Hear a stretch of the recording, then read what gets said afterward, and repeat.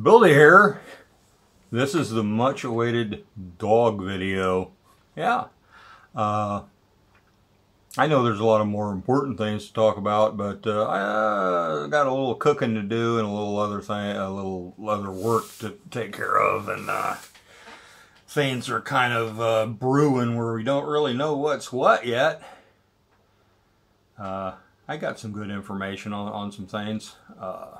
I'll share that later today. I'll put another video in with what's going on. Very short. But this is a palate cleanser. We're going to talk about dogs. Dogs aren't very political at all. Dogs are smarter than you think.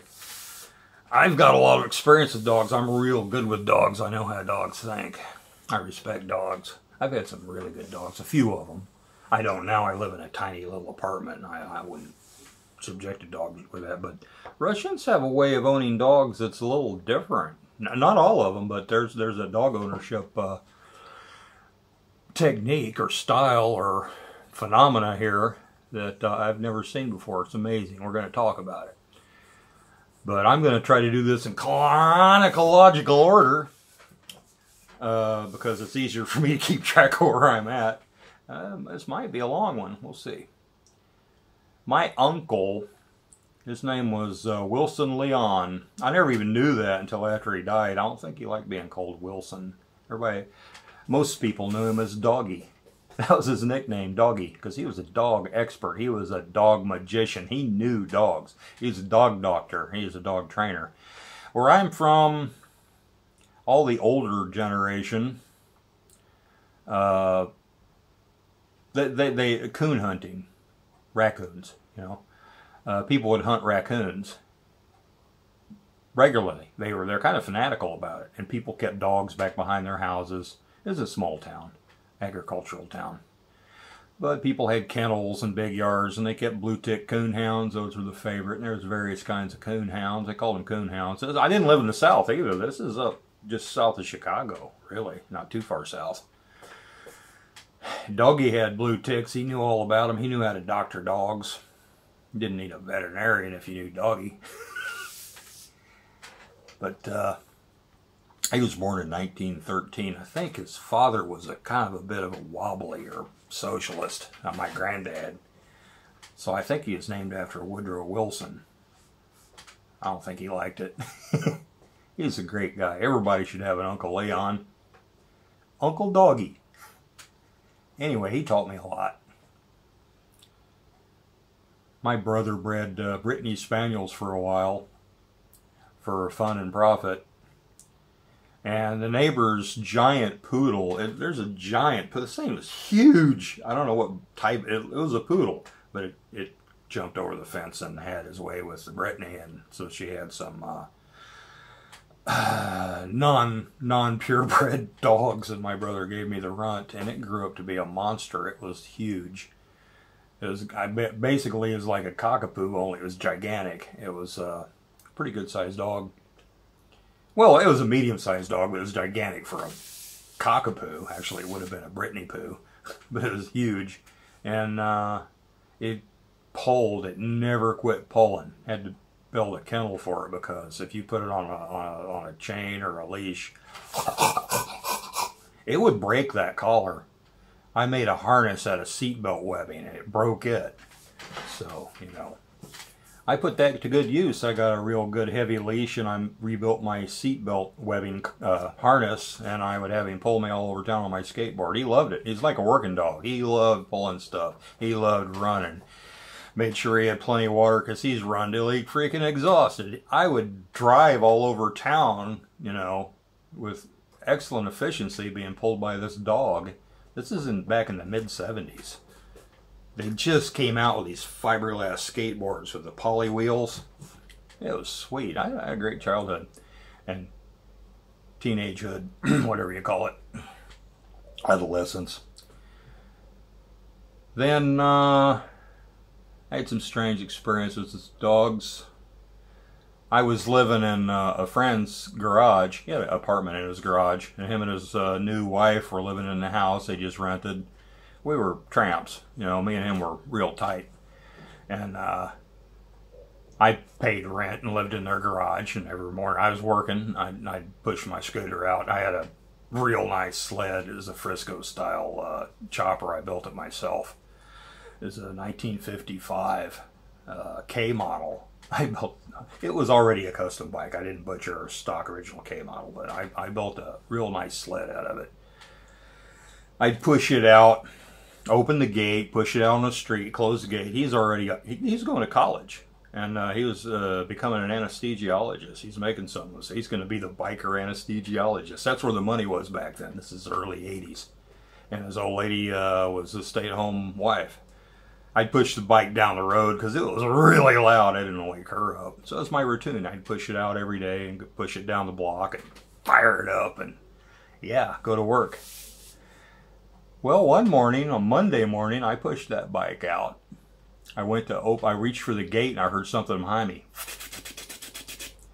Like something running toward me really fast. And I turned around, and the biggest freaking pit bull I've ever seen in my life, that thing was, I noticed it's coming at me like a rocket.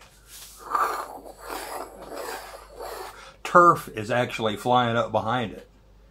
And I knew what that meant. I knew what was going to happen pretty soon. But fortunately, I knew about dogs. I quickly surmised that my friend had bought the biggest, nastiest, meanest looking pit bull he could get his hands on. And he had it loose in his yard. They had a nice big high fence around. And he forgot to tell me about it. Anyway, you know, we all make mistakes. I can't help but think maybe he did it on purpose. I don't know. It's hard telling. He knew I could handle it. I turned around, and this thing, I let it get about 5 foot away from me, and I said, "No!" That dog slammed on the brakes and stood there looking at me with his head cocked.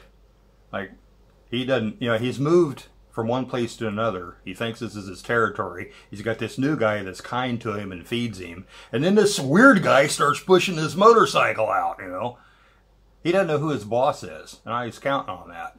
He stopped, and he's standing there almost between my legs, looking at me. And I pushed the gate open. I went around him. I got my bike. I moved really deliberately and slow and non-threateningly. I pushed the bike out. I closed the gate. And when I kicked the latch down, he snapped. He figured out, "I don't know you." And he went nuts. He's snarling and snapping. And yeah, it was a big pit bull. Its head was so big, because we got to be friends later, and I would lay my hand across his head, and one eye I would be on the inside of an eye with this finger and this thumb. It had that much space between its eyes. Its head was huge. It was the biggest pit bull I had ever seen. I've never seen one that big again. It was white, and he was ripped too. He was a good-looking dog. He's not only a perfect, good-looking monster pit bull, he was huge. And my buddy didn't tell me he bought it. Anyway, I survived that. That was a weird dog. I'd go in and visit after we got introduced and we got along, and the dog considered I'm part of the pack and I'm okay. I'd go sit on the couch and be talking to my buddy, and the dog would come up and sit down almost between my legs. I'd be sitting on the couch, and this dog would be sitting right in front of me, sitting on the ground, and its head is about level with my head. That's how big he was. That's when I laid my hand across his head. Holy crap, this thing's big. Anyway, he'd do that every time I come in. I'd be talking, and the dog would come up and sit between my legs and stare at me until I acknowledge it. I'd finally look at him and say, they called him Trouble. So, "What do you want, Trouble?" And he'd belch. It was his thing. It's what he did every time. He'd sit until I acknowledged him, and I knew he was going to do it. He did it every time, did it scores of times over like a period of a year that I was there. "What do you want, Trouble?" Bleh! And then he'd get up all happy and walk away. That was a great dog. Anyway, a firm command will work, especially if dogs are a little confused about who's in charge. Anyway, what happened next? Well, let's compare with my experience in Ukraine. I used to go up to Kyiv. I'd fly out of Kyiv a lot when I was coming and going from here. I got there on the train, I don't know, like 5 o'clock in the morning. It was summertime, so the sun's up, it's bright, pretty high latitude. I mean, it was, and I think it was a Sunday, so nobody's up, nobody's out and about. The city's empty, and I decided to walk to the hotel I usually stayed at. It was the Ukrainia, where those snipers were shooting out of Maidan. I stayed there a lot. It was really cheap because it's still a Soviet-style hotel back then, which is pretty cool. I talk about that later. That's not dog-oriented information, but they're pretty different. I'm dragging my suitcase, my little wheeled suitcase, down the cobblestones in the old part of the city toward the hotel. And I'm going down this incline, and there's a steep ridge right next to it. It had a little retaining wall, and it goes way up there, and you see the top of the ridge way up there. It's all heavily wooded. Kiev is built on 7 ridges or hills going down to the Dnieper River. And I heard dogs. I always heard dogs in Kiev. The first time I ever stayed in Kiev, I noticed that at nighttime you hear dogs howling out in the woods. There's a lot of big wooded areas on these ridges that come down between the cities, and the buildings and the cobblestone and the old stone buildings and the concrete would echo with "oh." It was kind of cool, really romantic, eerie sounding. I loved it. But anyway, this bright Sunday morning, I'm dragging this suitcase and it's going chuck, chuck, chuck, chuck, chuck down the cobblestones. You know, dogs don't like weird stuff like that. They'd never seen anything like that before, and they didn't like it. I think it was 9 of them. I don't remember if it was 9 or 7. It was at least 7. I think there was 9 dogs come over the top of that ridge and came streaking right at me. And I could tell by their body language, I guess you could say, the way they were coming at me. Yeah, they were going to do something. There's a little 3-foot retaining wall, and then there's a street, cobblestone street, and then there's buildings behind me. I look around. Everybody parties in Kiev at night. And apparently Saturday night, they're all partying out on the street, and they drink from glass bottles, and they set them on the little ledge around the buildings, and they'll leave them there because somebody will come get them for recycling. Somebody gets them and gets a little money out of them. So there's bottles everywhere. So I grabbed a couple bottles, and when they came over that freaking that retaining wall, I started hunking bottles at them. And the first bottle hit the road right in front of them, shattered, and they didn't like the noise and the glass flying everywhere. They all turned around and went right back up the hill. But then they followed me. They stayed about just far enough away where I couldn't hit them with a bottle. I wasn't going to throw them up there anyway. I was only going to throw them at them if they came at me. And then if they got real close, I was going to start, you know, beating them with them. Because I don't want to be torn to pieces by a pack of dogs. It's just, I'm funny like that. But it was a long way to the hotel, and they're following me. And every once in a while, they when I got like in a between 2 buildings or a place where there wasn't any bottles, I'd take bottles and stuff them around the nooks and crannies of my suitcase. I had a soft suitcase, and I had unzipped it, and I'd stick a bunch of bottles in there to make the trip to the next bottles. And when I did that, they'd come after me. They'd wait till I was away from the buildings, like going across the entrance or a side street, and they'd come over that wall again and come at me, and I'd hunk one bottle, and phew, yeah, I'm busting bottles on the road in Kiev, but you know, I'm not the first person to do it.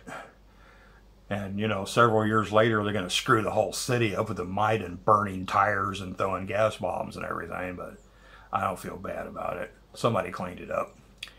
Nobody got a flat tire. Yeah, I've never seen a tire go flat from glass. I suppose it happens. The bottom of the bottle might, but yeah, I hunked bottle at them, and they'd run back up the hill, and they'd stay far enough away where I couldn't hit them if I wanted to. And they followed me along the whole way, and every single gap between the buildings, they'd make another sortie at me. That was pretty strange. And finally, I got to the end of the buildings where I turn off and go into the big open space. I didn't figure they'd follow me there. I guess I was pretty confident in that because I took all the bottles out of my suitcase and put them on the corner and went on across, and they didn't come across there. In post-Soviet countries, they have different kinds of dogs. Wild dogs, semi-wild dogs, semi-domestic dogs. There's a lot of dogs. And back then, there wasn't any control over them all at all that I knew of. Wild dogs don't come anywhere near people. And they run in big packs. And one person doing something weird that they don't like, yeah, they will come after you. Then there's semi-wild dogs. They raid the garbage cans and they kind of hang out in the city. They cross at crosswalks. They'll hang out at a crosswalk. They don't go near people. They're real suspicious of people. But if they want to cross a busy street, they'll go up to the crosswalk and wait till people go across, and they go across with them. I've never seen a dog run over here. Never. I've seen them maimed. I've seen them with like a limb missing or limping, but I don't know if a car did that. They might have got some other thing happen to them. Maybe another dog, or got caught in a fence or something. Who knows? It might have been a car. But I've never seen one even have come close to getting run over. Anyway, sure see a lot of dogs run over in America, especially in the South. I don't know what's up with that. Anyway, the semi-wild dogs, the next level down I would call a semi-domestic dog. They usually have somebody that they consider their owner or their boss, their alpha.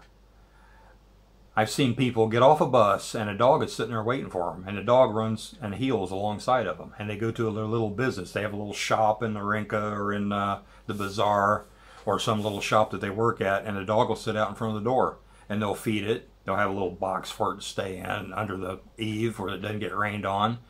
And if somebody, I've seen this, if somebody comes around acting weird, somebody's drunk, somebody's kind of sketchy and acting like a thief, that dog will go after him, and he'll keep after him until he gets him out of the area. Then the dog will come back. Dude gets done with his job at the end of the day, he goes back to the bus, the dog follows him to the bus, and he gets on the bus, and then the dog goes on somewhere, goes and finds a nice park or a little green area somewhere and finds a place to sleep in the grass. Semi-domestic dogs. It's a strange way of keeping a pet, but it works. You live in tiny little apartments. It's a pretty cool thing. I see that a lot here. There's wild dogs on the edges of the town here where I live now in Sevastopol. We don't have these big wild areas in the city like Kiev did. But around the edges, I go to my dacha, I take a bus all the way out to the outskirts of town, to the suburbs, and then I could walk the last 2 kilometers to our dacha. And walking down a steep hill, there's a big cemetery there. There's a little shack where they sell flowers, and there's some dogs that hang out there. I think one of them is semi-wild or semi-domestic, and there's some others that hang out around there with that dog. They intermix sometimes. The semi-wild dogs will hang out with semi-domestic dogs and form a pack. Almost every time I went to the dacha, this dog at the flower shop would go across a street. It's not a very busy street. And he'd come out after me, and then the other dogs would come in, and they'd form a gang and come at me. I'd pick up some rocks. And I got to do this many, many, many times. So being the kind of person that I am, I conducted some experiments. I'd pick up a stick. Yeah. You come after me, you're gonna get a whomping. I'm gonna be a dog whomper. Yeah. They come up within 5 feet of me, 5 or 6 feet, just long enough where I couldn't hit. I wouldn't hit them with a stick unless they actually bit me anyway, or actually came in to do it. But they'd stay about 6 feet away, out of reach of the stick. Okay. Next time I go out there, I pick up 2 big rocks. They come after me. They come up within maybe 15 feet. A little too far to hunk a big rock. Now, I'm going to put some hurt on them. They're going to come after me. I got bigger rocks. They'll come up 12, maybe 15 feet. Snapping and snarling, circling me. One's trying to get my attention while others go around behind me. And I just keep an eye on all of them. They stay away. Next time, I get some small rocks. Ones that you could hook pretty far. They come up within about 35, 40 feet. They see the small rock, they stay further back. They see the big rock, they come closer. They see the stick, they get real close. They know what they're doing. Dogs are smart. I wonder if anybody knows this. I mean, that anybody had this sort of experience and written about it. It's an interesting phenomenon, I think. Anyway, let me think. What am I missing? They don't round up stray dogs and euthanize them like they do in the U.S. They don't do that here. I don't know. I've never seen it done. It's just all of a sudden after the referendum, all the wild dogs and the stray dogs and the semi-stray dogs and the semi-domestic dogs, they got ear tags now. So they're orange. They put in there about this big. They're about as big as, a little bigger than a credit card. They put a tag in their ear, which means they've been sterilized to keep them from getting to be too many and becoming a nuisance. They are a nuisance in some places. Like when I go to my dacha, there's a bunch of them that hang out through the bus station, and if any, once the people thin out and people are like 2 or 3 people by themselves coming up, yeah, they'll go after them. No, they'll harass them. They don't need that. And somebody might get bitten. They would go after a little kid. Again, damn straight they would. Why, I don't know. What their motivation is, I don't know. They just do it. So they try to keep them under control. And if they're a nuisance at some place, they'll capture them and haul them off and dump them someplace where they won't be such a nuisance. They don't euthanize them, though, that I've seen, ever. I ask people, too. And they, oh, are you crazy? You don't kill dogs. They neuter them and tag them and then release them where they were. I don't know if it's a mobile operation where they come with a truck and do it, or if they take them somewhere and then bring them back, but they dump them off in the same place. I see the same dogs I knew in my neighborhood. Now they got ear tags. If they're a nuisance someplace, they haul them somewhere else. No, they take some out of the area and put them someplace where there aren't any dogs, and hopefully they won't come all the way back. But it's interesting, I think. Cats. Oh, this is a dog video, not cats, but I'll throw a little cat stuff in here. Sevastopol is known for the cats. They got cats everywhere, wild cats. They look like pets. Some of them might be. They look very well groomed and clean and nice, even though they're long-haired. I've never seen mange. I used to see a lot of mangy dogs around here, but I don't anymore. I hardly ever see mange. What happened? Something. Maybe they're happy because they're being part of Russia now. The referendum cleaned up a lot of stuff inexplicably. Maybe they got doctored when they got taken to the vet to be neutered. Who knows? I'll have to ask. I'll remember to ask that if somebody has a theory. I ask weird questions, and most Russians don't like weird questions. And well, why you ask? I get that a lot. Why you ask that? I want to know. Well, why are the dogs all healthy now? There's no mangy dogs. Do you have a theory? Do you know? I'll have to find an animal control officer to ask, I guess. That'll be his field of expertise. He may, not think I'm weird for asking. Anyway, I like the way they do things here with dogs. Dogs being institutionalized and done away with, that's just, I don't know. Not an ideal, not a sign of a healthy society. I think the way they do it here is pretty good. That's about all I can remember about dogs. I've had a few. I've actually had 3, the cockapoo I mentioned, and then my first wife loved to go fishing. And she'd go out fishing by herself. She liked to go out by herself and go fishing. And one day she came back with a dog, and she said, I couldn't do anything. I opened the truck door and it jumped in. It wouldn't leave. Yeah, right. But it was a beautiful Carolina dog. Female. Just the right size. Felt like a big fox. A little bigger than a fox, longer legged. It was white underneath with a black face and black paws, and the rest of it was just butterscotch, long hair. Beautiful dog. And the first day, well, my wife brought her home and introduced me to her and already named her Hannah. Whatever. And decided to let her in the house. We had a pretty nice house, but the dog was so clean and so nice looking. No collar. She supposedly was a wild dog living out in the swamps near the river where my wife fished. She might have bought her somewhere. I don't know. But anyway, I believed her. We sit down to eat, and this dog comes in the kitchen and sits down and sitting there staring at us. And I looked at her and I said, Hannah, go to the other room. I don't think I even pointed. I just said, go to the other room. The dog got up and went over to the other room and sat down. We got done eating and I fed her. And that dog would do that all the time. She'd do what you told her to. You didn't have to train her at all. You tell her to do something, she'd do it. This is a beautiful thing. She had good instinct. She was a Carolina dog. She was kind of wild. She'd put her head down and kind of trot when she's looking for something. She'd do that poing, poing, poing antelope thing when she's playing. She wouldn't stay in the yard though. I bought a fence. I put a good fence up, and she'd dig out. She'd dig under it and go exploring. Had a collar and everything on her, but eventually she didn't come back one day.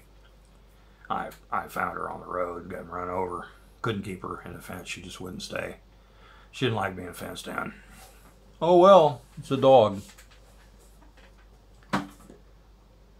Next dog I had was got at the pound. Is red heeler, female. I'm a pretty good judge of dogs. I like to watch them eat. The way they eat will tell you if it's a good dog or not, if it's trainable. The good dogs eat kind of delicately. You know, they take a little mouthful and chew it, and then take a little other mouthful. If a dog comes running up and spreads its legs and eating like it's afraid somebody's going to take it away from him, usually not a very trainable dog. And a red heeler, we got her. She's 6 months old. I like the way she acted. Named her Rosie. I came up with that name. Rosie was a character. If we left and didn't take her with us, just for, you know, an hour or two, go out to dinner or something, and come back. I had a big, huge yard for her to run in. She had to run in the house too. She'd come and sit next to me on the couch and stare at me until I acknowledge her, and then she's bitching me out for leaving her home. If we stayed a long time, she knew what we liked. She'd get my wife's fishing tackle box and chew the edges off of it, and then she'd get a motorcycle seat. She'd get both of us for being away. Dogs are smart. I was a biker. My wife loved fishing, so it'd be the tackle box and a motorcycle seat that had to go if we violated Rosie's rules and stayed away too long. And where I'm talking like 4 or 5 hours of her being by herself. She didn't like that. First time I took her for a walk. No training whatsoever. Walking along on a leash in a suburban Houston, north side, west end. Kind of a barrio back then. Now it's a Tony hipster town. Ugh. We're walking along, a squirrel or a rabbit would jump up and run. And she would point, and then she'd look at me. I took the leash off, nothing around. She'd go after it, and she'd get right up to catching it, and I'd yell her name. Just as she's getting right up on it, I'd say, Rosie. She'd stop. Come here. She'd come right back to me. That's a good dog. She could run and jump. It was a beautiful thing to watch. One of the most beautiful things I've ever seen. Take her to the park, and there's these ditches, and she would run toward the ditch really fast. This is like she'd tuck her legs up underneath her and sail across the ditch, and then put them down and continue running. I'm talking about at least 10 feet she'd sail. She'd be running so fast she just tucked her legs in and sailed. Unbelievable. Anyway, that's my dog stories, and I hope you enjoyed it. Nice little break from what's going on and what's happening here. Anyway, can't think of anything else. I'm sure I forgot something or missed something, but I don't know. There's so many people that don't know how to act with dogs. They don't know how to train them. They're irresponsible. I lived in hotels when I was in the States. Whenever I was in the United States working, I stayed in a hotel wherever my factory was I was working on, and lots of people have big dogs. They love the pit bulls and the Malamutes and all these big, huge dogs, and they're totally undisciplined. They don't have any business taking them out around people. Nothing like an elevator door opening, and there's a 90-pound woman in there with a leash and a huge pit bull on it. And the pit bull's surprised by the door opening and you standing there, and goes, ah! And no, Tisha, foo. And he's dragging her along. Just so many stupid people that don't have any business with a dog. A lot of single women that never got married for some reason or got horribly divorced. They like to have a big dog around. They like to get huskies and other cute working dogs, and then they treat them like a fur baby. They even call them that. You know how confused dogs get about that shit? Dogs are pack animals. They have to have a leader. They have to have an order to things. You eat first and then the dog eats. The dog likes that. You give the dog things to do and commands and discipline. They enjoy that. But these liberal women that have dogs, and there I go again, liberal, but a certain kind of woman that has a dog, the dog goes crazy. I mean, it accommodates all that stuff because it has no choice. But he's a little fur baby, and guess what? He's a vegetarian. I'm going to get him vaccinated. People divorce from reality. I didn't want to end on a negative note. Working dog that's put to work enjoys their job. It's a beautiful thing. And the same thing with people. People need something to do. And I encourage you, if you feel empty and useless, you need to find something to do. You can do something. Guarantee you. And you'll grow in it, even if you're no good at it. If you love it and you know you're supposed to be doing it, you can grow in it. And it becomes a beautiful thing. I've seen it happen a lot. Dogs are different than people. But some of the same principles apply. So I'll leave it on that note, a little more positive. Uncle Bildy signing out. We'll go back to politics next time. Maybe next week I'll do another character sketch, and that'll be your palate cleanser. But we're going to do some intense politics and geopolitical discussion and in the news and et cetera, et cetera. I've got a new site, Geopolitical George. Go there. I've got a video in there to get started, and it's going to be instruction. And geopolitical nomenclature, phenomenon, ideologies, struggles. It's going to be informative. And I've got yet another website I'm working on. It'll be introduced soon, sometime this week. We called it War and Pierce. It's going to be focused on war. And I mean all kinds of war, all aspects, especially informational war, because that's a big part of it. It's fourth generation warfare. I've read all these books. I've read fourth generation warfare and unconventional war. There's the Chinese book. What the hell is the name of that? Okay, I hate dead air space. I'll sing while I'm doing it. You can hear me sing. Give me 1 second. You got to see this, okay? Oh, my darling. I don't know what to sing.